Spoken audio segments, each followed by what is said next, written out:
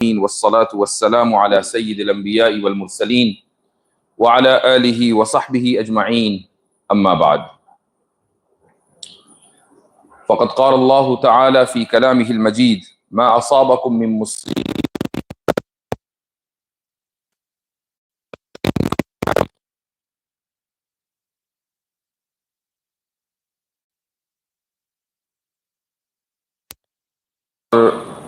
سال ڈیڑھ سال کے اندر ہی ہوئی ہے۔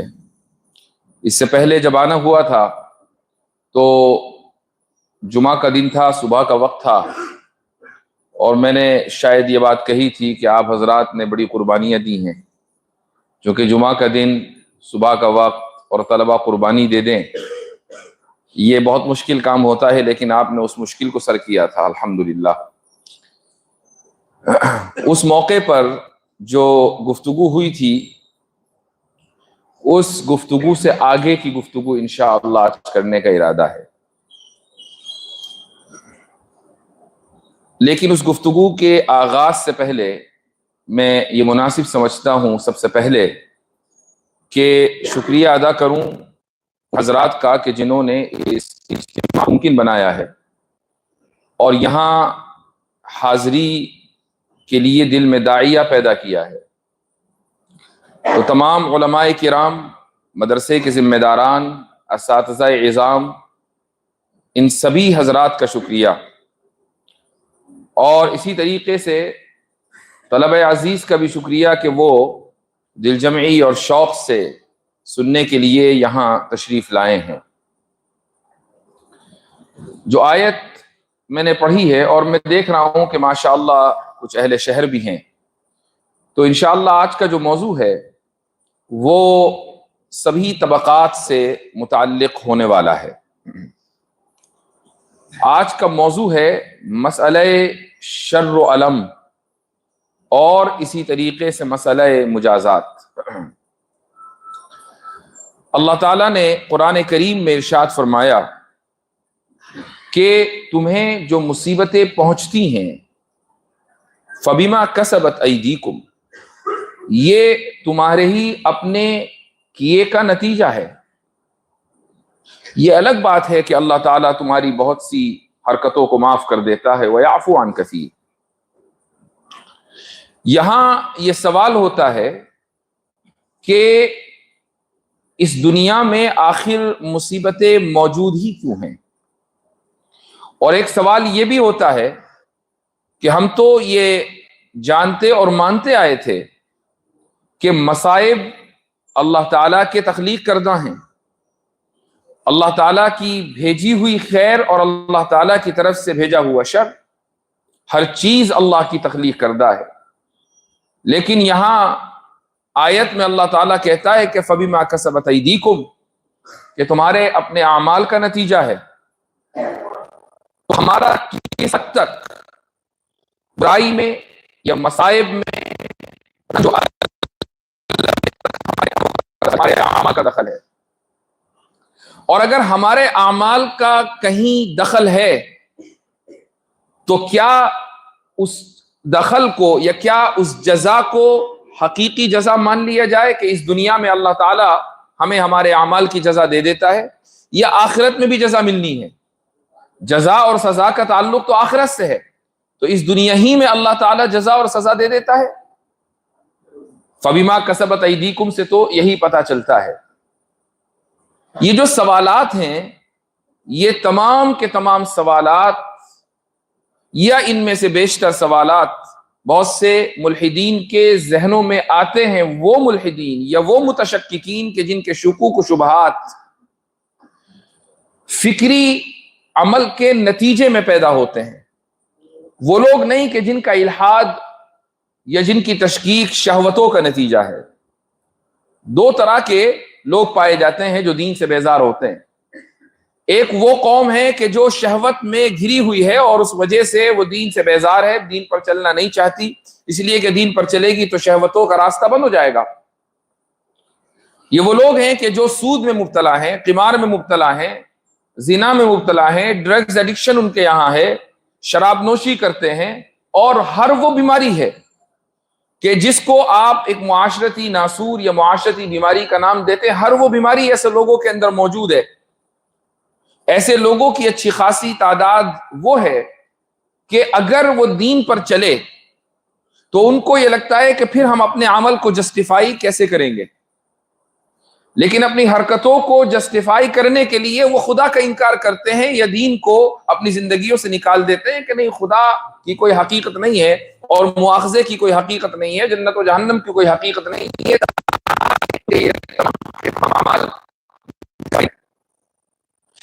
ایسوں کو کہ الحاد کو الحاد یا شہوانی الحاد کہا جاتا ہے. ایسے لوگوں کا علاج دلائل نہیں ہے، چونکہ وہ فکری وجہ سے انہوں نے دین نہیں چھوڑا.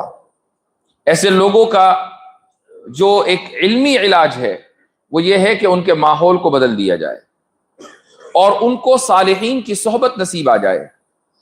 اگر صالحین کی صحبت نصیب آ جائے گی اور ماحول میں تبدیلی آ جائے گی تو اس بات کا قوی امکان ہے کہ یہ لوگ اس الحاد کے دلدل سے باہر آ جائیں.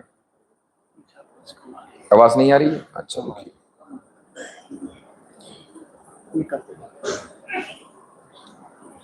اس کے بعد پھر اندر چلا جائے گا.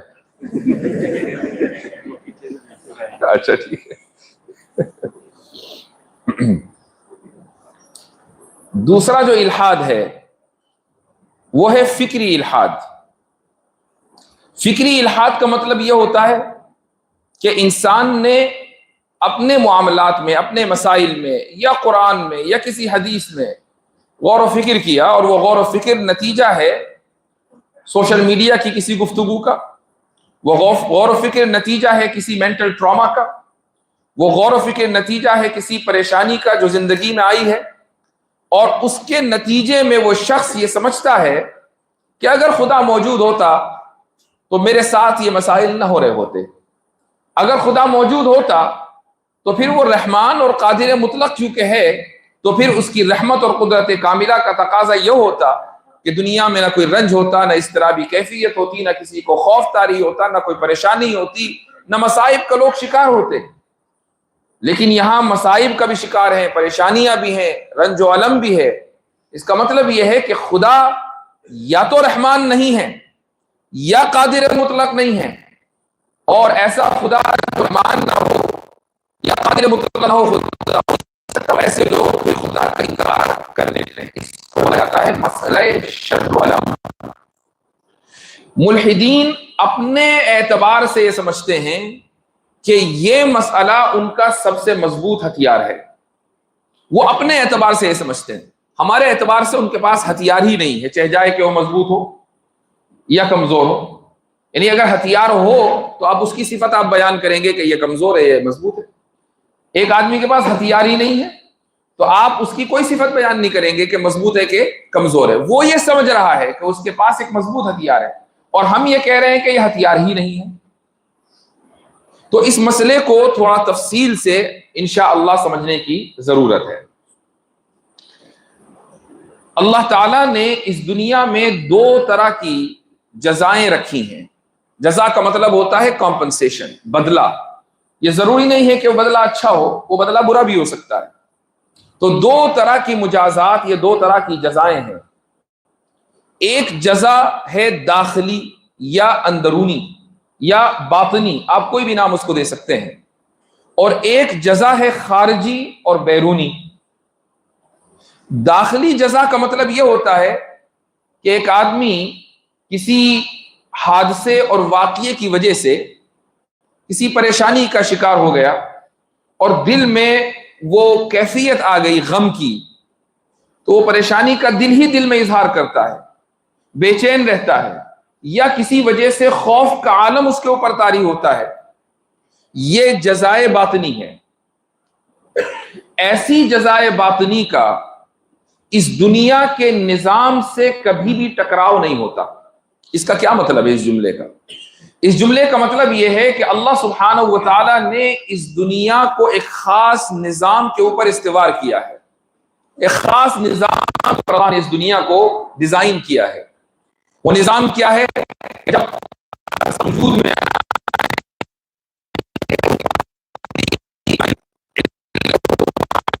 کاز ہوگا تو ایفیکٹ بھی ہوگا. یہ جو کاز اور ایفیکٹ کا جو نظام ہے، اس نظام کے اوپر اللہ نے اس کائنات کو ڈیزائن کیا ہے، اس کائنات کو بنایا ہے. اب ایسا نہیں ہوگا عام حالات میں، الا یہ کہ معجزہ ہو، ایسا نہیں ہوگا کہ آپ آگ جلائیں گے اور آگ جل تو رہی ہے لیکن وہ اس میں سے اے سی کی فیلنگ آ رہی ہے. ایسا نہیں ہوگا. آگ جلے گی اور کوئی چیز اس کے اوپر رکھی جائے گی تو وہ چیز گرم ہو جائے گی، اس لیے کہ دنیا میں کاز اور ایفیکٹ کا سسٹم اللہ سبحانہ و تعالیٰ نے نافذ کیا ہوا ہے. اگر اس سسٹم میں تبدیلی لانی ہے تو یہ تبدیلی اس وقت آئے گی جبکہ کوئی نبی موجود ہو، اسی لیے اس کو معجزہ کہا جاتا ہے. انبیاء علیہم الصلاۃ والسلام اگر موجود نہ ہو تو پھر کاز اور ایفیکٹ کا یہ سلسلہ چلتا رہتا ہے.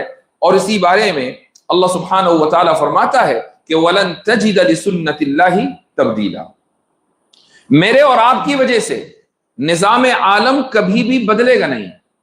ایسا نہیں ہوگا کہ ہم نے چاہا کہ اس دنیا سے گریویٹی کا خاتمہ ہو جائے اور ہم اچانک اسپیس میں فلوٹ کرنے لگیں. یہ نہیں ہوگا. اس کائنات میں، اس دنیا میں، یہ جو کرۂ ارضی ہے جس پر ہم رہتے ہیں، اس میں ایک گریویٹیشنل پل ہے، کشش ثقل ہے. یہ ہمیں اور آپ کو اس زمین کے اوپر باقی رکھے ہوئے ہے. اگر یہ کشش ثقل نہ ہو تو پھر ہم لوگ اڑنے لگے، چونکہ یہ کشش ثقل اسپیس میں نہیں ہے. آپ نے اگر کہیں دیکھا ہو، پڑھا ہو یا کوئی ویڈیو دیکھی ہو اسپیس کی، تو اس میں چیزیں تیر رہی ہیں.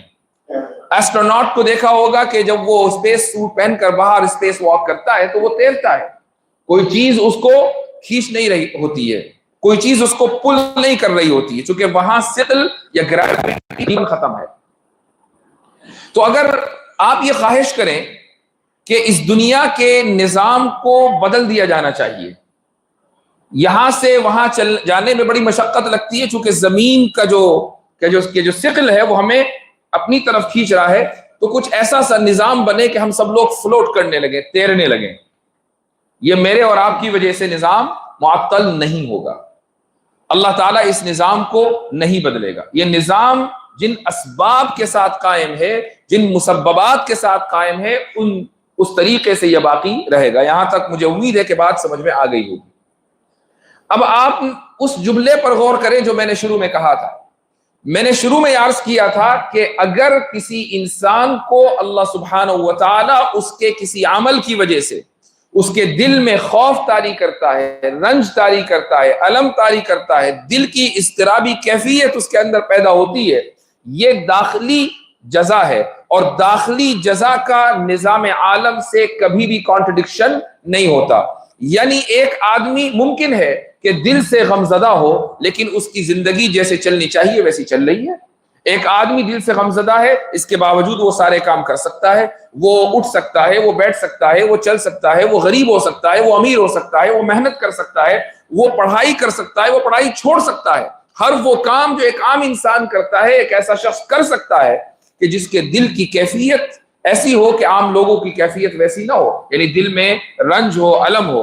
تو داخلی جو جزا ہوتی ہے، یہ اس کا الٹا کہہ لیں، ایک آدمی دل سے بڑا خوش ہے تو اگر وہ خوش ہے، اس کا مطلب یہ نہیں ہے کہ کوئی نظام عالم معطل ہو گیا اس کی خوشی کی وجہ سے. نظام عالم ویسے ہی چلتا رہے گا.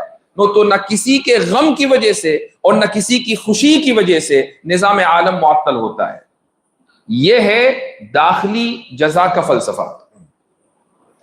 اب آ جاتے ہیں خارجی اور بیرونی جزا میں. جزا کا مطلب یہ ہوتا ہے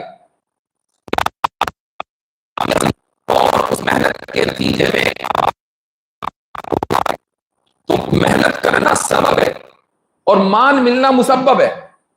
محنت کرنا علت ہے اور مال ملنا معلول ہے. آپ نے پڑھائی کی، تعلیم یافتہ بنے اور تعلیم یافتہ ہونے کے بعد کوئی اچھی ملازمت مل گئی اور زندگی سیٹ ہو گئی. تو تعلیم یافتہ ہونا یہ سبب ہے، یہ کاز ہے، اور اس کا ایفیکٹ یہ ہے کہ آپ کو ایک اچھی ملازمت مل جائے. تو یہ ہے بیرونی اور خارجی جزا. اس کا نظام عالم کے ساتھ ٹکراؤ ممکن ہے. کیسے؟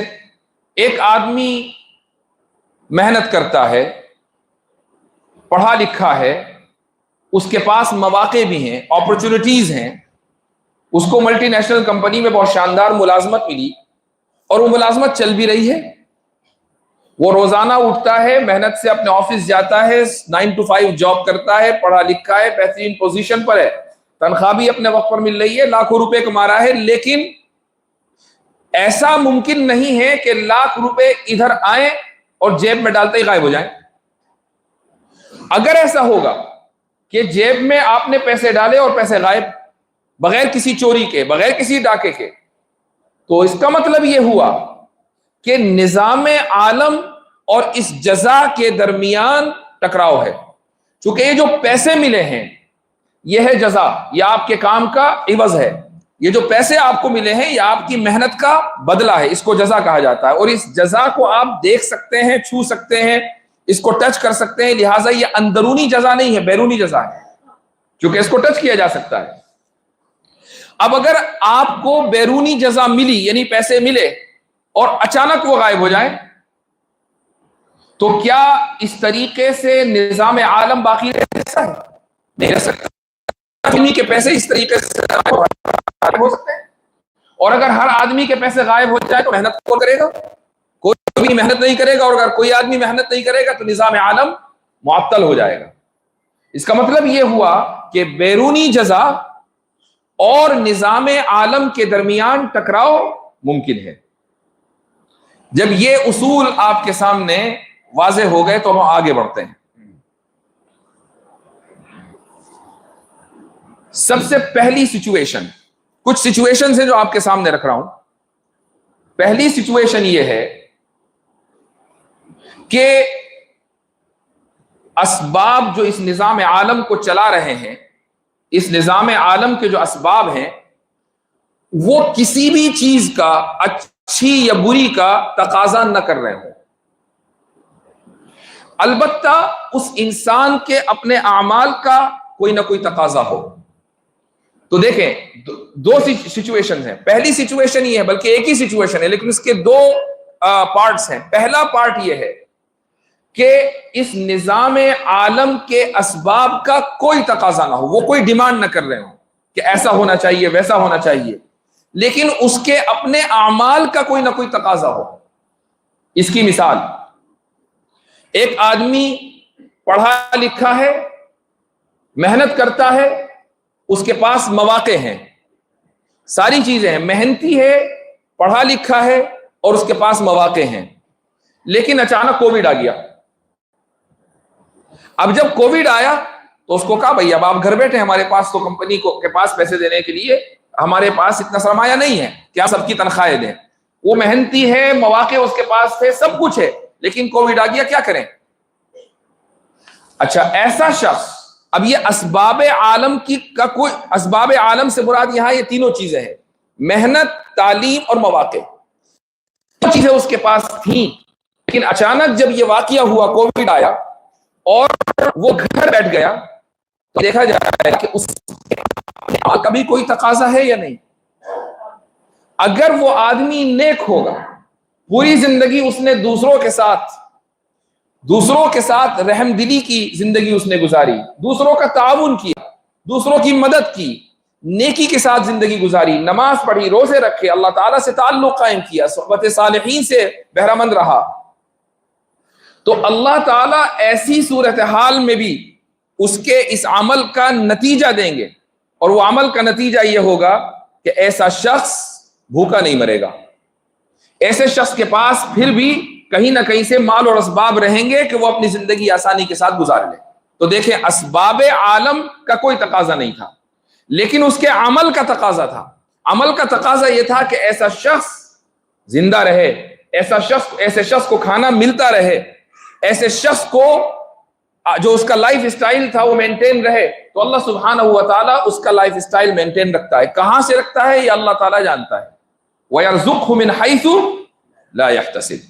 یہاں یہ آیت اپلائی ہوتی ہے, یہاں اس آیت کی تطبیق ہوتی ہے کہ اللہ تعالیٰ اس کو وہاں سے رزق دیتا ہے جہاں سے اس کو خود اپنا ادراک نہیں ہوتا کہ رزق آیا کہاں سے. یہ اسباب عالم کا نتیجہ نہیں ہے, یہ اس کے عمل کا نتیجہ ہے. یہ ہے جزائے خارجی. یہ ہے پہلا سیناریو. آگے بڑھتے ہیں. اگلا جو سیناریو ہے وہ یہ ہے کہ اسباب عالم کا کوئی نہ کوئی تقاضا ہے، اور جب میں اسباب کا ذکر کر رہا ہوں اسباب عالم کا، تو اس سے مراد وہی تین چیزیں ہیں: تعلیم، محنت اور مواقع۔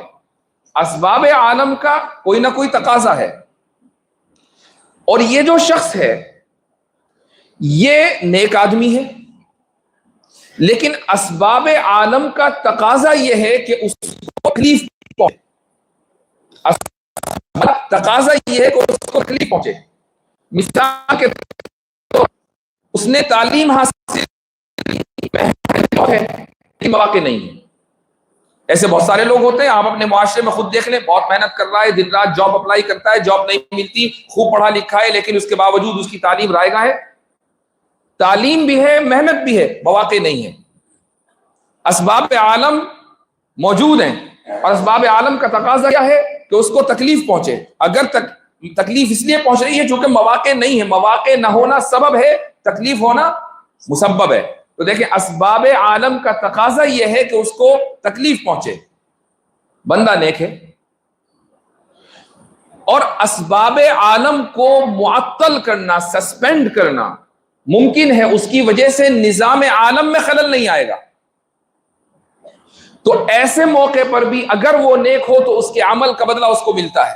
وہ اس طریقے سے ملتا ہے کہ کہیں مواقع نہیں تھے، کہیں جاب نہیں مل رہی تھی، اچانک ایک جاب آفر آئی کہ امریکہ کی سلیکون ویلی میں آپ کا سلیکشن ہو گیا۔ یہ کہاں سے آیا؟ یہ اس کے عمل کا نتیجہ ہے۔ تعلیم تھی، محنت تھی، مواقع نہیں تھے۔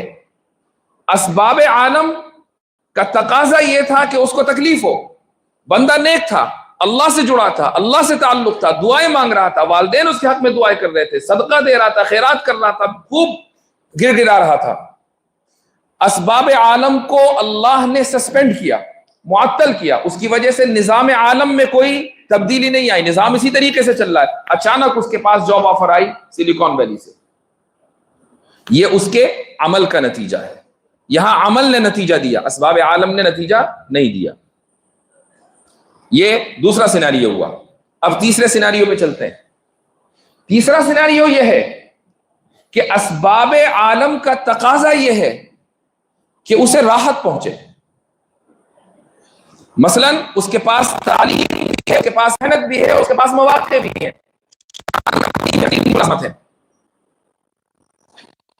نیک نہیں ہے، فاسد ہے، اللہ تعالیٰ سے کوئی تعلق نہیں ہے، بندہ نیک نہیں ہے۔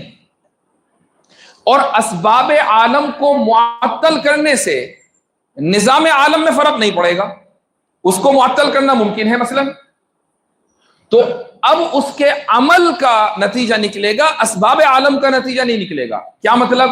ایسا آدمی کمائے گا لیکن صحت کی وجہ سے لٹائے گا، ہاسپٹلوں کے بل جائیں گے، اس کے مال میں کبھی کوئی برکت نہیں ہوگی، اس کے رزق میں کبھی کوئی برکت نہیں ہوگی، حالانکہ اس کے پاس تعلیم بھی ہے، محنت بھی ہے، مواقع بھی ہیں، بہترین ملازمت کر رہا ہے، زبردست تنخواہ ہے، پیسے میں برکت نہیں ہے۔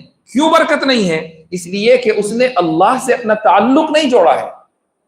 تو دیکھیں، اسباب عالم موجود ہیں، ان کا تقاضا یہ ہے کہ راحت ملے، لیکن راحت نہیں مل رہی ہے۔ راحت کیوں نہیں مل رہی ہے؟ بندہ نیک نہیں ہے، بندہ بد ہے، تو اس کے عمل کا نتیجہ یہ نکلا کہ اس کے پاس پیسے تو آئے لیکن پیسے میں برکت نہیں آئی۔ یہ سب کے سب جزائے خارجی چل رہی ہے۔ اس کے بعد ایک اور سینیریو لیجئے، اسباب عالم اور اس کا اپنا عمل دونوں کا تقاضا ایک ہی ہو، یعنی ایک آدمی محنت بھی کرتا ہے، اس کے پاس تعلیم بھی ہے، اس کے پاس مواقع بھی ہیں، تو اسباب عالم کا تقاضا یہ ہے کہ اس کو راحت ملے، عمل کا بھی تقاضا یہ ہے کہ اس کو راحت ملے، چونکہ نیک، وہ بندہ نیک ہے، تو اب دیکھیں اس کی نیکی کی وجہ سے اس کو راحت ملنی چاہیے، اسباب عالم کی وجہ سے اس کو راحت ملنی چاہیے۔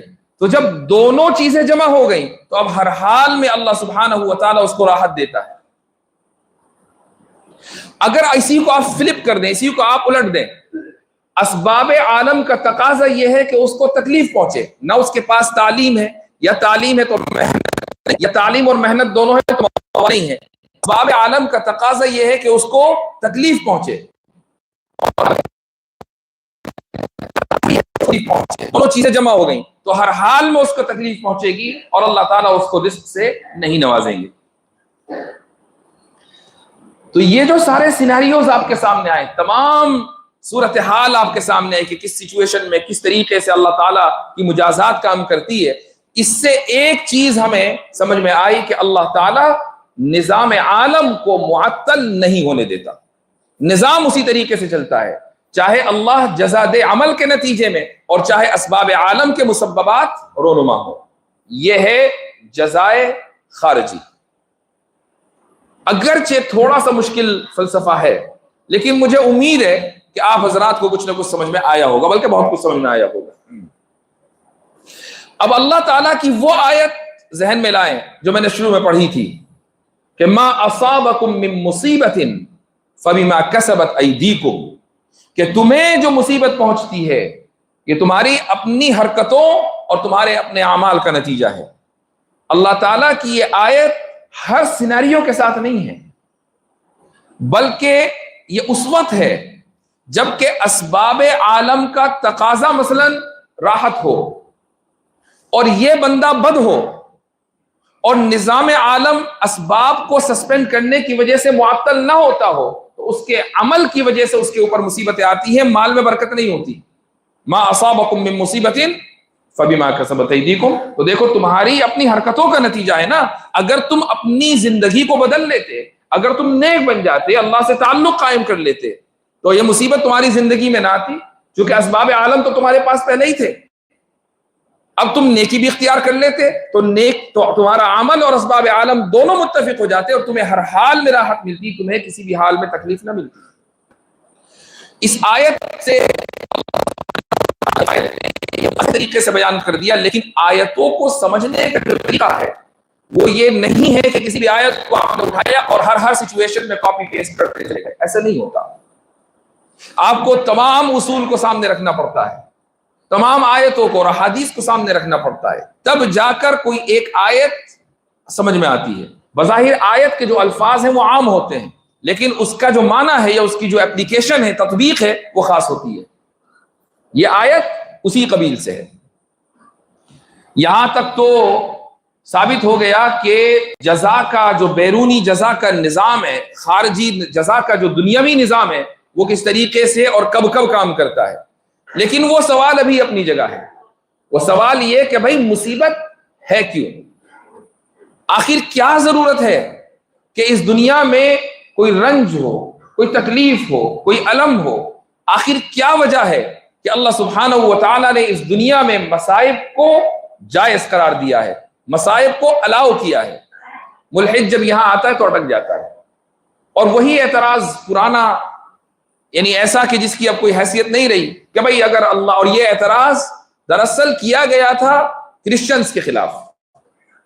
ملحدین نے یا متشککین نے اس اعتراض کو وہاں سے کاپی کیا اور ہماری طرف روانہ کر دیا۔ انہوں نے ہماری طرف روانہ تو کیا، لیکن ہم ریسیو کرنے کے لیے تیار نہیں ہے، چونکہ پتہ غلط ہے۔ وہ اس لیے کہ اعتراض کی بنیاد یہ ہے، یہ کرسچن عقیدہ ہے کہ خدا محض اور محض کائنڈ ہے، مرسیفل ہے، مرسی گیونگ ہے، وہ رحمان و رحیم ہے۔ ان کے یہاں خدا کا جبار و قہار ہونا وغیرہ وغیرہ یہ صفات ان کے یہاں خدا کی موجود نہیں ہے۔ وہ خدا کو صرف یہ مانتے ہیں کہ ہی از سو کائنڈ، ہی از سو مرسیفل وغیرہ وغیرہ، یہ سارے الفاظ ان کے یہاں استعمال ہوتے ہیں۔ تو بھائی اگر خدا واقعی رحمان ہے، اتنا کائنڈ ہے، اتنا مرسیفل ہے، اتنا رحم والا ہے، اور یہ بات ہے کہ خدا قادر مطلق بھی ہے، تو مصیبت اگر موجود ہے تو اس کے رحم کا تقاضا یہ ہے کہ وہ مصیبت موجود نہ ہو۔ لیکن اس کے باوجود مصیبت موجود ہے تو ایسا لگتا ہے کہ اس مصیبت کو ختم کرنے کی قدرت اسے نہیں ہے، تو پھر وہ قادر مطلق نہیں ہے، اور اگر وہ قادر مطلق نہیں ہے تو خدا نہیں ہے۔ تو یہ اعتراض دراصل کرسچنز کی طرف پھینکا جاتا ہے، وہ اس کا کیا جواب دیتے ہیں وہ جانے۔ ہماری طرف یہ اعتراض جب کیا جاتا ہے، ہماری طرف اس کا رخ کیا جاتا ہے، تو ہم اس اعتراض کو اعتراض ہی نہیں مانتے بلکہ اس کو منطقی مغالطہ مانتے ہیں، اس لیے کہ یہ اعتراض دو مفروضوں کے اوپر ٹکا ہوا ہے۔ پہلا مفروضہ پہلا مفروضہ یہ ہے کہ خدا کی بس دو صفتیں ہیں، تیسری ہے ہی نہیں۔ کیا خدا العلیم نہیں ہے؟ کیا خدا الحکیم نہیں ہے؟ کیا خدا العدل نہیں ہے؟ کیا خدا القہار و جبار نہیں ہے؟ یہ تمام کی تمام صفات، ان کے اوپر ہم ایمان لاتے ہیں۔ کسی ایک صفت کا انکار کرے تو بندہ کافر ہو جائے۔ ان سب صفات کے اوپر ہمارا ایمان ہے۔ تو یہ مسئلہ تو ادھر ہے کرسچنز کے یہاں، اس کو وہ کیسے حل کریں وہ جانے، لیکن یہ پہلا مفروضہ جو کہ ملحدین یا متشککین کی طرف سے آتا ہے وہ یہ کہ خدا کی بس دو صفتیں ہیں، اور ظاہر ہے کہ یہ بات غلط ہے۔ دوسرا مفروضہ یہ ہے کہ وہ یہ سمجھتے ہیں کہ خدا نے اپنے کسی بھی عمل کی، چاہے وہ عمل خیر کا ہو یا شر کا ہو، اس کی حکمت انسان کو نہیں بیان کی ہے، اس کی وجہ بیان نہیں کی ہے۔ اور جب وجہ بیان نہیں کی ہے تو بلا وجہ کے عمل کو، بلا وجہ کی پریشانیوں کو، بلا وجہ کے جو مصائب دنیا کے اندر پھیلے ہوئے جو خدا کی ایک سو کالڈ خدا کی طرف سے آئے ہیں، تو ہم خدا کو پھر کیوں مانیں؟ ہاں، یا تو وہ ہمیں بیان کرے، علت بیان کرے، حکمت بیان کرے کہ یہ مصیبت اس وجہ سے آئی، یہ پریشانی اس وجہ سے آئی، یہ فلاں کاز ہے، فلاں ایفیکٹ ہے، یہ پوری چیز بیان کرے تو ٹھیک ہے۔ لیکن جب وہ بیان نہیں کرتا، اس کا مطلب یہ ہے کہ بیان کرنے والا خود موجود نہیں ہے۔ اگر موجود ہوتا تو بیان کرتا۔ یہ جو دو مفروضے ہیں اس کو بولا جاتا ہے argument from ignorance. Argument from ignorance کا اردو ترجمہ ہوا، یا عربی الفاظ میں اگر اس کو کہنا چاہیں، اصطلاحات میں، استدلال من الجہل، جہالت سے استدلال۔ میں چونکہ نہیں جانتا لہٰذا میں صحیح ہوں، یہ ہے جہالت سے استدلال۔ یہ کیسا استدلال ہوا؟ بھائی ایک آدمی صحیح اس وقت ہوگا جب وہ جانے گا، ایک آدمی نہیں جانتا اور پھر صحیح ہو، اس سے بڑا احمق اور بیوقوف تو کوئی ہو نہیں سکتا۔ استدلال کی دنیا میں یہ دلیل ہر میدان میں ریجیکٹ کی جائے گی، چاہے وہ تھیولوجی ہو، چاہے وہ کوئی اور میدان ہو، وہ پالیٹکس ہو کہ اکنامک ہو، کچھ بھی ہو، وہ عدالت کا کمرہ ہو، وہاں پر بھی اگر اس طریقے کا کوئی استدلال کرے گا، ہم اس لیے صحیح ہیں چونکہ ہمیں پتہ نہیں ہے، تو جج کبھی بھی اس بات کو قبول نہیں کرے گا۔ یہ آرگیومنٹ فرام اگنورینس ہے۔ تو ملحدین یہ کہتے ہیں کہ چونکہ خدا نے کسی بھی مصیبت کی حکمت اور علت کو بیان نہیں کیا، اس کا مطلب یہ ہے کہ بیان کرنے والا موجود نہیں ہے۔ اگر علت ہوتی، اگر بیان کرنے والا موجود ہوتا تو وہ علت کو بیان کرتا۔ تو ہم کیا کہتے ہیں؟ ہم یہ کہتے ہیں کہ محترم، بلکہ غیر محترم، آپ کو پتہ نہیں ہے کہ خدا نے علت بیان کی ہے، یہ آپ اپنی جہالت کی وجہ سے کہہ رہے ہیں کہ خدا نے علت بیان نہیں کی ہے۔ علت بیان کی ہے وہ ہمیں پتہ ہے۔ یہی وجہ ہے کہ الحاد دراصل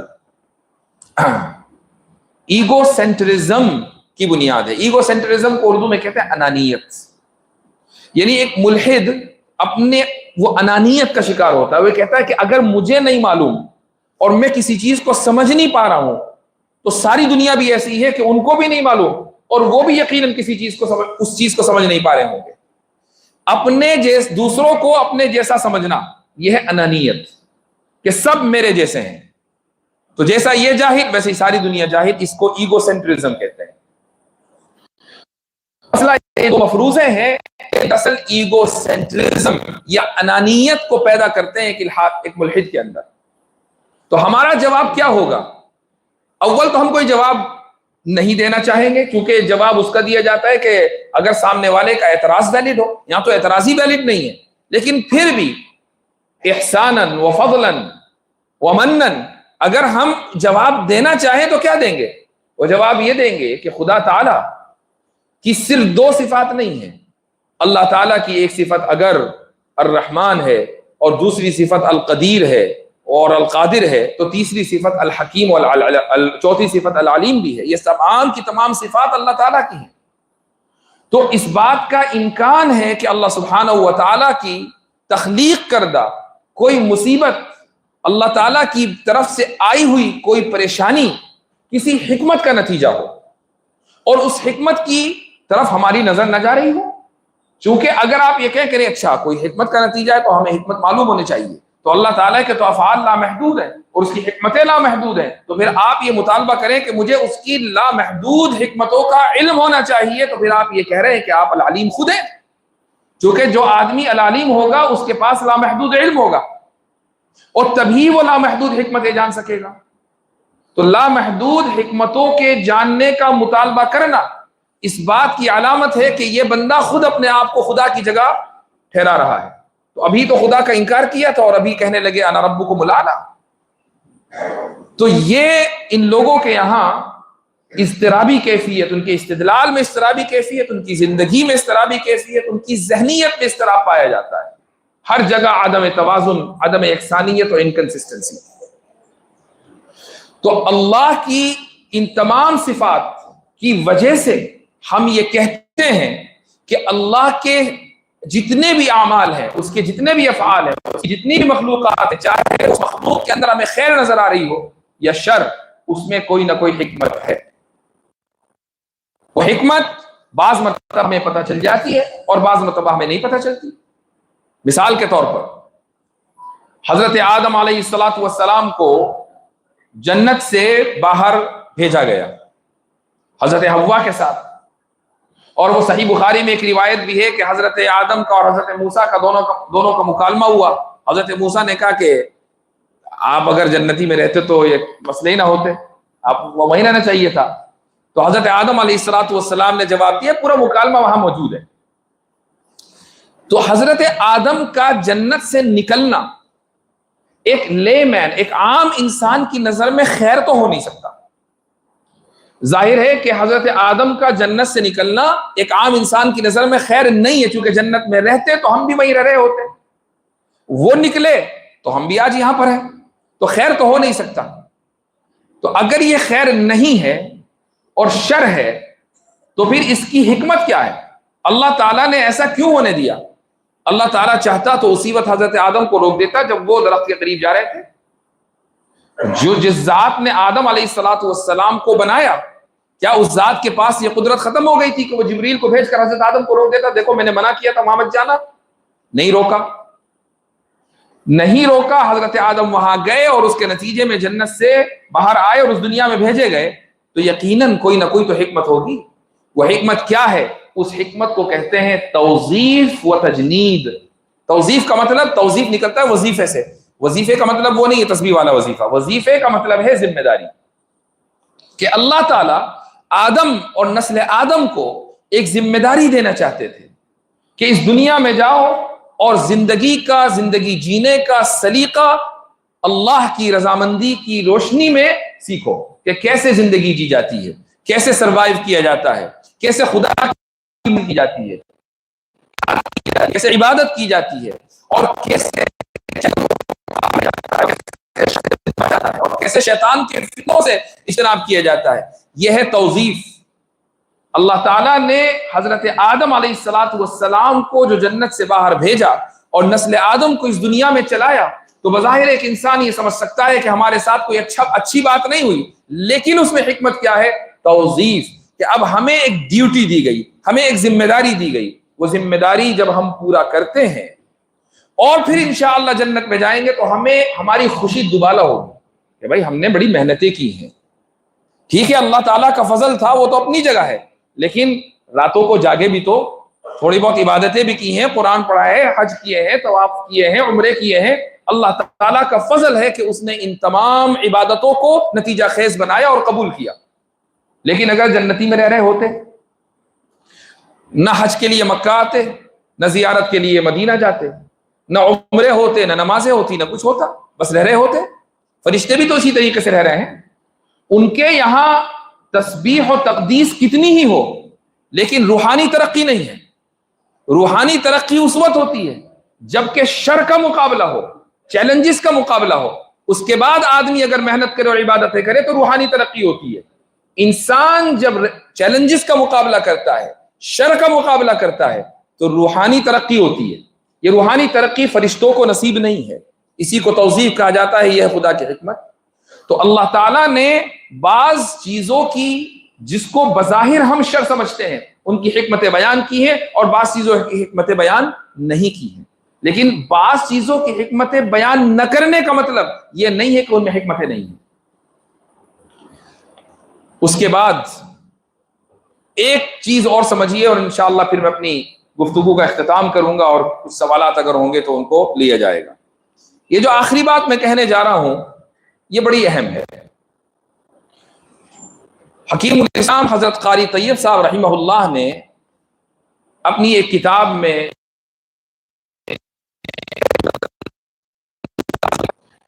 وہ یہاں سے اصول شروع کرتے ہیں، بات شروع کرتے ہیں کہ وجود حقیقی صرف اور صرف اللہ کا ہے، اور وجود حقیقی ہونے کی دلیل یہ ہے کہ اس پر کبھی عدم طاری نہیں ہوا، نہ کبھی عدم طاری ہوگا، وہ ہمیشہ سے ہے، ہمیشہ رہے گا. خدا کے وجود میں کبھی بھی عدم کی آمیزش نہیں ہو سکتی. اسی کو کہا جاتا ہے کہ اللہ کا وجود وجود حقیقی ہے. اچھا، ہمارا وجود وجود حقیقی نہیں ہے، ہماری اصل عدم ہے، ہماری اصل وجود نہیں ہے. ہم تو عدم میں تھے، اللہ تعالیٰ کی طرف سے وجود کا فیضان ہوا تو ہم موجود ہوئے. یہ وجود کا فیضان تھا کہ ہم موجود ہو گئے. وجود کا فیضان نہ ہوتا تو موجود نہ ہوتے. اس سے یہ ثابت ہوا کہ جتنی بھی مخلوق ہے اللہ کی، اس میں عدم اصل ہے، اور خود اللہ کی ذات میں وجود اصل ہے. لیکن اللہ نے ان معدومات کو وجود بخشا تو یہ چیز موجود ہو گئی. اللہ ان کا وجود کبھی بھی سلب کر سکتا ہے، جیسے ہی وجود سلب کرے گا یہ چیزیں پھر معدوم ہو جائیں گی. یہ فلسفہ تو بہت آسان ہے، ہر ایک کو سمجھ میں آ سکتا ہے. اس کو ایک مثال سے سمجھ لیجئے. آپ مسجد میں داخل ہوئے، اندھیرا تھا، آپ نے لائٹ جلائی، روشنی آ گئی. اب مجھے بتائیے کہ رات میں روشنی اصل ہے کہ اندھیرا اصل ہے؟ اندھیرا اصل ہے. آپ کی طرف سے بٹن دبا کر روشنی کا فیضان ہوا. یہ جو روشنی کا فیضان ہوا ہے تو مسجد منور ہو گئی. آپ چاہیں گے تو بٹن دبائیں گے اور روشنی ختم ہو جائے گی اور دوبارہ اندھیرا آ جائے گا. یہ ہے عدم اور وجود کی مثال. حضرت یہ فرماتے ہیں کہ انسان کی زندگی میں شر آتا نہیں ہے، بلکہ شر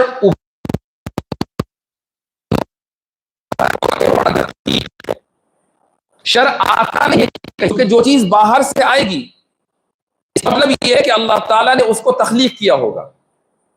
اور ایک ہے ابھرنا. وہ یہ فرماتے ہیں کہ شر دراصل عدم کا مظہر ہے. کوئی بھی برائی عدم کا مظہر ہے، اس کا مینیفیسٹیشن ہے. یعنی اللہ تعالیٰ نے ہمیں وجود بخشا تو عدم ختم ہو گیا. اللہ تعالیٰ نے ہمیں خیر دی تو شر ختم ہو گیا. جیسے ہی خیر اللہ تعالیٰ ہٹاتا ہے شر واپس آ جاتا ہے. یہ ہے شر کا ابھرنا. ہر انسان کی زندگی میں اصل شر ہے، ہر انسان کی زندگی میں اصل چیلنج ہیں، پریشانیاں ہیں. ایک بچہ پیدا ہوتا ہے، اسٹرگل کرتا ہے زندہ رہنے کے لیے. وہ اسٹرگل اس طریقے سے کرتا ہے کہ سب سے پہلے تو اسے رونا ہوتا ہے. نہیں روئے گا تو اس کے دل میں سوراخ ہو جائے گا. یہ بھی ایک طبی حقیقت ہے. اس کو پہلے رونا ہے، اس کے بعد اس کو یہ سیکھنا ہے کہ ماں کی چھاتی سے لگ کر وہ دودھ کیسے پیے. یہ ایک اسٹرگل ہے. یہ سارے کے سارے چیلنجز اس کو پوری زندگی آتے ہیں. وہ بڑا ہوتا ہے تو اس کو روٹی کھانا سیکھنا پڑتا ہے. جب وہ بڑا ہوتا ہے تو اس کو چلنا سیکھنا پڑتا ہے. جب وہ مزید بڑا ہوتا ہے تو اس کو اسکول جانا پڑتا ہے، اس کو پڑھنا پڑتا ہے، اس کو صبح بیدار ہونا پڑتا ہے، اس کو محنتیں کرنی پڑتی ہے، تب جا کر زندگی آسان ہوتی ہے. اس کا مطلب یہ ہوا کہ زندگی میں اصل کیا ہے؟ چیلنج. اللہ کی طرف سے آسانی آتی ہے تو ہمیں یہ لگتا ہے کہ چیلنج نہیں ہے، اور جیسے ہی اللہ تعالیٰ اس آسانی کو ہٹاتا ہے تو چیلنج ابھر کر سامنے آ جاتا ہے، جس کو ہم شر کہتے ہیں. لیکن یہ جو اللہ کی طرف سے چیلنج کو ہٹایا جاتا ہے، یہ کیوں ہٹایا جاتا ہے؟ یہ اس لیے ہٹایا جاتا ہے کہ ہم اللہ سے تعلق قائم کرتے ہیں، اور جب ہم اللہ سے تعلق قائم نہیں کرتے فَبِمَا كَسَبَتْ أَيْدِيكُمْ، وہ جو آیت میں نے شروع میں پڑھی تھی، جیسے ہی آپ نے اللہ سے تعلق ختم کیا تو اللہ کی طرف سے جو چیلنجز کو ہٹایا گیا تھا، اللہ کی طرف سے وہ فیضان ختم ہو جاتا ہے، اور چیلنجز انسانی زندگی میں یہ حقیقت بڑے شر و علم کی. اس سے یہ ثابت ہوا کہ اس دنیا میں اللہ نے ایبسولوٹ شر، ایبسولوٹ ایول یا مطلق شر پیدا ہی نہیں کیا. اللہ نے اس دنیا میں مطلق شر پیدا ہی نہیں کیا. یہ جو شر ہم دیکھتے ہیں یہ اس لیے چھپا ہوا ہے، چونکہ شر جو ہے وہ اس لیے ابھرا ہے چونکہ اللہ تعالیٰ نے نعمت کو ہٹا لیا ہے. جس وقت اللہ تعالیٰ ہمارے تعلق کی وجہ سے، جب ہم اللہ سے تعلق قائم کریں گے، وہ نعمت دوبارہ آئے گی تو شر دب جائے گا۔ بالکل ایسا ہی کہ جیسے کہ کوئی آدمی مسجد میں موجود ہی نہیں ہے، جب کوئی آدمی مسجد میں موجود نہیں ہوگا اور لائٹ بند ہوگی تو اندھیرا ہی رہے گا، لیکن اگر کوئی شخص مسجد میں آئے اور لائٹ چلائے تو روشنی پھیل جائے گی، لیکن جیسے ہی پھر وہ مسجد سے نکلے گا روشنی ختم ہو جائے گی اور اندھیرا چھا جائے گا۔ تو اس آدمی کی وجہ سے مسجد میں یا کوئی بھی کمرہ یا کوئی بھی گھر منور ہے، روشن ہے، اس آدمی کی وجہ سے، اللہ تعالیٰ کی وجہ سے، بلا تشبیہ کہہ رہا ہوں، اللہ تعالیٰ کی وجہ سے ہماری زندگی میں خیر ہے۔ اگر اللہ تعالیٰ اس خیر کو ہٹا دے اس لیے کہ ہم نے اپنا تعلق اللہ سے توڑا ہے تو وہ شر خود بخود آ جائے گی۔ تو بتائیے اس شر کا ذمہ دار کون ہے؟ انسان ہے۔ تو پھر یہ کہنا کہ بھائی اگر خدا ہے تو شر کیوں ہے، وہ اس لیے ہے کہ شر کے ذمہ دار آپ خود ہیں۔ فَبِمَا كَسَبَتْ أَيْدِيكُمْ کا مطلب یہی ہے۔ اور پھر آخری بات یہ کہ یہ مسئلہ اس کو پریشان کرتا ہے کہ جو یہ سمجھتا ہو کہ اس دنیا کی جو تخلیق ہے وہ اس لیے ہوئی ہے تاکہ ہم یہاں مزے کریں، تاکہ ہم یہاں راحتوں میں رہیں، تاکہ ہم جو چاہیں وہ کریں اور جو چاہے وہ پورا ہو۔ یہ خواہش جنت کے بارے میں تو کی جا سکتی ہے، بلکہ کی جانی چاہیے، لیکن اس دنیا کے بارے میں ایک مسلمان کا یہ عقیدہ قطعاً نہیں ہے۔ اگر اس دنیا کو اللہ نے دارالامتحان بنایا ہے تو یہاں پریشانیاں بھی ہوں گی، یہاں اچھائیاں بھی ہوں گی، یہاں برائیاں بھی ہوں گی۔ اس کی ایک مثال جو میں نے ایک اور موقع پر دی تھی، دوبارہ آپ کے سامنے ذکر کرتا ہوں۔ ایک آدمی کسی چیز کو، کسی پروڈکٹ کو ڈیولپ کرتا ہے، لیکن اس کا مقصد یہ ہوتا ہے کہ اس پروڈکٹ کو ٹیسٹ کرے کہ چلتا کیسے ہے اور مختلف احوال میں کیسے چلتا ہے، سردی میں کیسے چلتا ہے، گرمی میں کیسے چلتا ہے، وغیرہ وغیرہ۔ تو اس پروڈکٹ کے اندر وہ کوئی کمی جان بوجھ کر رکھتا ہے تاکہ مختلف احوال میں اس کی ٹیسٹنگ ہو سکے۔ کیا جان بوجھ کر کمی رکھنے کی وجہ سے آپ یہ کہہ سکتے ہیں کہ یہ بندہ بنانا ہی نہیں جانتا؟ کیا بنایا ہے؟ یہ بندہ جانتا ہی نہیں کہ پروڈکٹ کو کیسے ڈیولپ کرنا ہے؟ ایسا نہیں ہے، یہ بندہ پروڈکٹ کو ڈیولپ کر کے ٹیسٹ کر رہا ہے۔ اللہ سبحانہ و تعالیٰ نے اس کائنات کو ڈیولپ کیا، اس کائنات کو بنایا۔ اس کائنات کو اس لیے نہیں بنایا کہ یہاں ہم جنت کے مزے لوٹے، وہ جنت والی کائنات دوسری ہے۔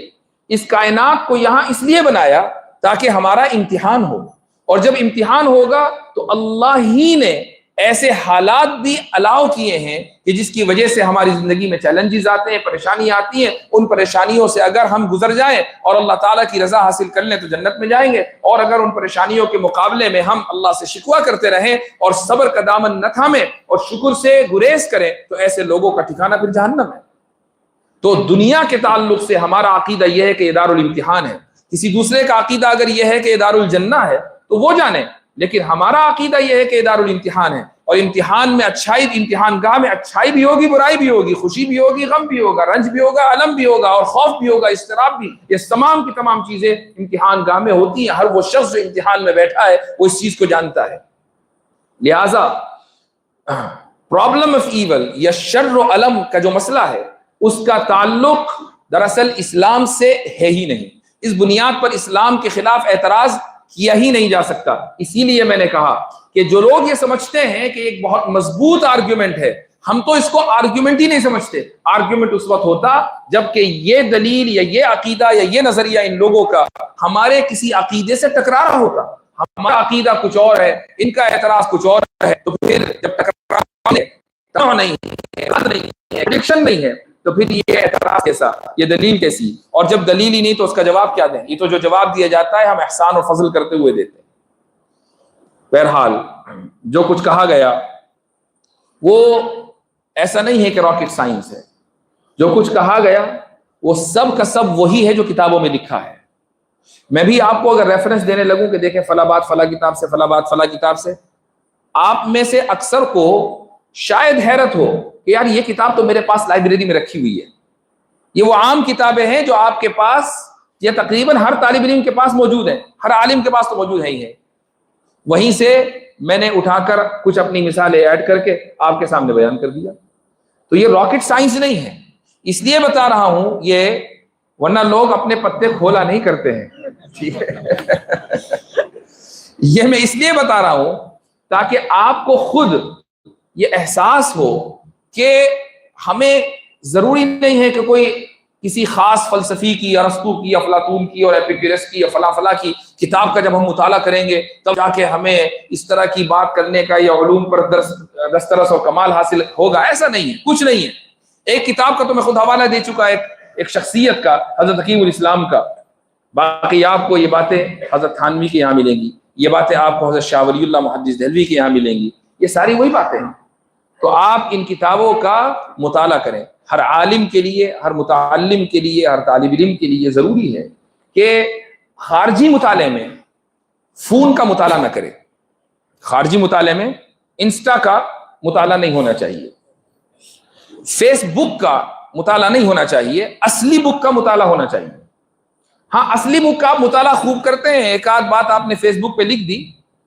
میں یہ نہیں کہہ رہا ہوں کہ ایسا کریں، لیکن اگر کوئی ایسا کر رہا ہے تو چلو ٹھیک ہے، قابل برداشت ہے. لیکن وہ رہتا ہی اس دنیا میں ہے تو پھر اس کو حقیقی دنیا کی کوئی خبر نہیں ہوگی، وہ ورچوئل ریالٹی میں رہے گا. تو یہی آپ حضرات سے گزارش ہے. دعا کرتا ہوں کہ سبحانہ و تعالی ہمیں دین کی صحیح سمجھ عطا فرمائے اور ہمارے ذہنوں میں کبھی بھی کسی بھی قسم کے شکوک و شبہات نہ آئیں، اور ہمیں وہ صلاحیت دے کہ اگر کسی کے شبہات ہمارے سامنے آئیں تو اس کے شبہات کو ہم حل کر سکیں. جزاکم اللہ خیر الجزاء وآخر دعوانا ان الحمد للہ رب العالمین. جزاکم اللہ تعالی احسن الجزاء. ایک اعلان سن لے، وائٹ کلر کی بریزا 7006 نمبر کی ہے، وہ کسی مکان کے پاس رکھی ہوئی ہے. گھر والوں کو گاڑی اپنی نکالنی ہے، اس لیے وہ انتظام ہے. برائے کرم جس کی ہو وہاں سے ہٹا لے وہ گاڑی. جزاکم اللہ. اب دیکھیں یہ ان کے لیے پرابلم آف ایول ہو گئی ہے نا، لیکن یہ شر مطلق نہیں ہے، یہ ان کے لیے شر ہے. آپ کے لیے خیر تھی کہ آپ کو ایک جگہ ملی اور آپ نے وہاں پارک کر دی. اب آپ اس گاڑی کو وہاں سے ہٹائیں گے تو اب آپ کے لیے ہو سکتا ہے کہ شر ہو کہ یہ محنت کرنی پڑے گی، لیکن ان کے لیے خیر ہے. اس کا مطلب یہ ہوا کہ شر مطلق موجود نہیں ہے.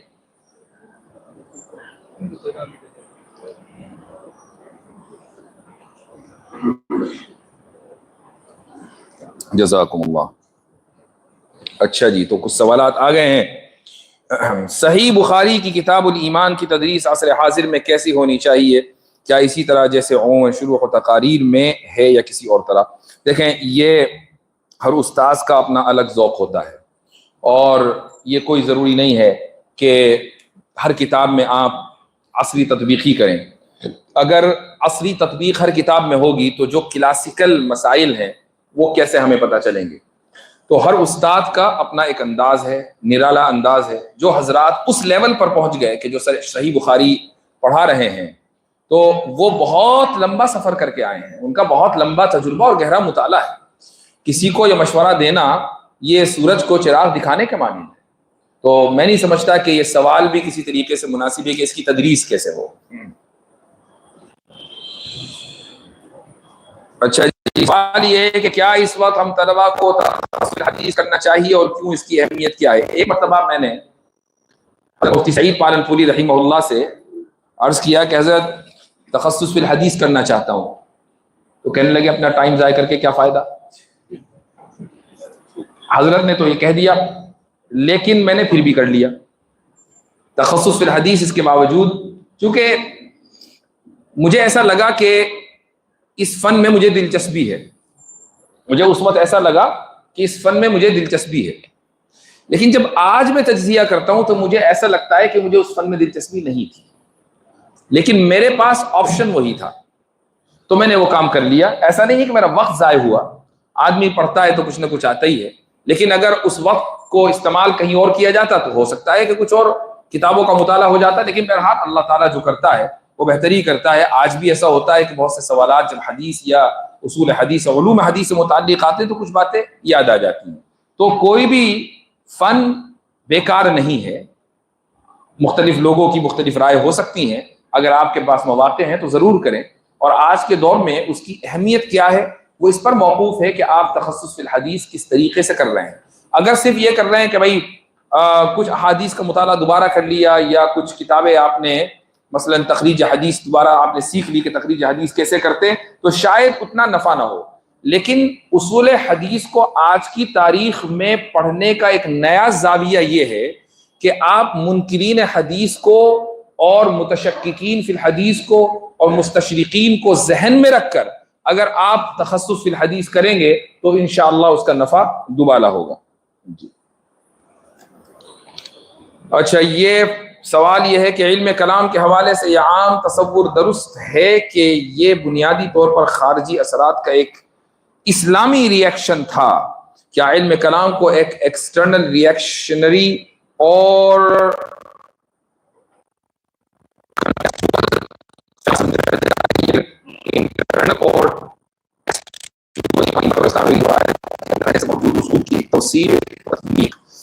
کیا اسلامی علوم میں علم کلام کو واقعی کلیت کا درجہ دیا گیا ہے، جیسا کہ امام غزالی نے المصطفیٰ میں فرمایا کہ فالعلم الکلی من العلم علوم الدینیۃ هو الکلام. نیز کیا آج کے دور میں اس کلیت کی مزید توسیع کی ضرورت نہیں تاکہ کلام ایک مکمل پیراڈائم کی شکل اختیار کر سکے؟ بھائی اتنا خطرناک سوال ہے یہ کہ جس کے تحت تجربیات اور ریاضیات کو بھی سمجھا جا سکے. تو جو سائل ہے وہ ماشاءاللہ اچھی طریقے سے سمجھتا ہے کہ اس کا جواب کیا ہے. اگر وہ اس کا جواب نہ سمجھتا تو اتنی ساری اصطلاحات استعمال نہیں کر سکتا تھا. یہ اصطلاحات بتا رہی ہیں کہ ماشاءاللہ اس کا مطالعہ ٹھیک ٹھاک ہے. میری زبان سے اس کو کچھ سننا ہے تو میں سنا دیتا ہوں.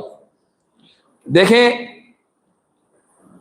جتنے بھی علوم ڈیولپ ہوتے ہیں علوم عالیہ کے علاوہ، وہ علوم جو براہ راست منزل من اللہ ہیں، علم قرآن ہے، علم حدیث ہے، یہ علوم عالیہ ہیں.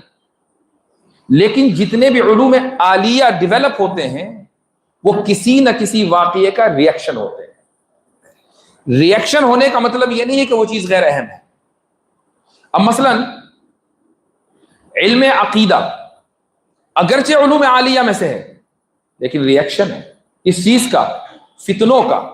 اگر خوارج اور معتزلہ کھڑے نہ ہوتے تو کیا اشاعرہ اور ماتریدیہ کی کتابوں میں یہ اختلافات ذکر ہوتے؟ انہوں نے پہلے حرکتیں کی تو ادھر سے کتابیں لکھی گئی اور ایک علم مدون ہو گیا. مسائل نئے نئے آئے اور ان مسائل کے نتیجے میں جب لوگوں نے رجوع کیا علماء سے کہ اس صورتحال میں کیا مسئلہ ہے، اس صورتحال میں کیا کریں، کیا حلال کیا حرام، تو علم فقہ مدون ہو گیا. تو علوم تو ہوتے ہی مدون اس طریقے سے کہ وہ کسی نہ کسی واقعے کا ریئیکشن ہوتے ہیں. ریئیکشن ہونے کا مطلب ہرگز یہ نہیں ہے کہ وہ علم اب غلط ہے یا اس کی اہمیت کم ہے. پھر علم کلام، اس کا تعلق فلسفے سے نہیں ہے. بہت سے لوگ علم کلام اور علم فلسفہ کو ایک کر دیتے ہیں اور اس لیے کچھ لوگوں کو پریشانی ہوتی ہے، سمجھتے ہیں کہ بھئی فلسفہ تو یونانی چیز ہے اور ایک خارجی اور بیرونی چیز ہے اور ہم اس کو کیوں سیکھیں وغیرہ وغیرہ. علم کلام خالص علماء اسلام کا مدون کردہ ہے. ہاں اس میں کچھ باتیں الزامی ہیں، وہ الزامی اس وقت ہوں گی جب فلسفے کے بیان کردہ اصول کو استعمال کر کے انہی پر رد کیا جائے گا. امام غزالی رحمۃ اللہ علیہ کی جو تحافظ الفلاسفہ ہے اس کا رنگ یہی ہے کہ فلسفے کو اصول لیے اور انہی پر رد کیا. تو یہ علم کلام میں ایک حسین اضافہ ہے لیکن اس کی بنیاد الزام کی ہے. یہ الزامی جوابات ہیں، اس میں تحقیقی جوابات اتنے زیادہ نہیں ہیں.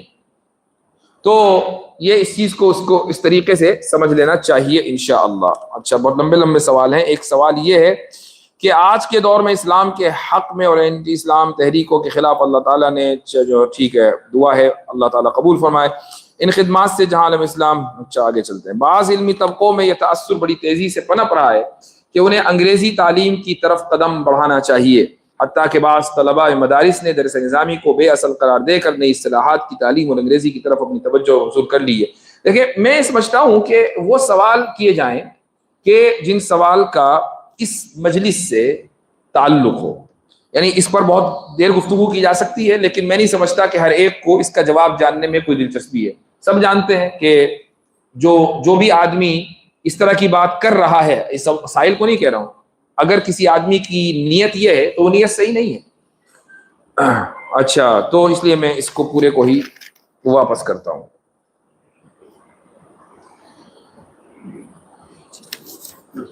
اچھا دو یہ if metaphysics determines morality and morality determines society, then is the breakdown of Muslim societies fundamentally a metaphysical,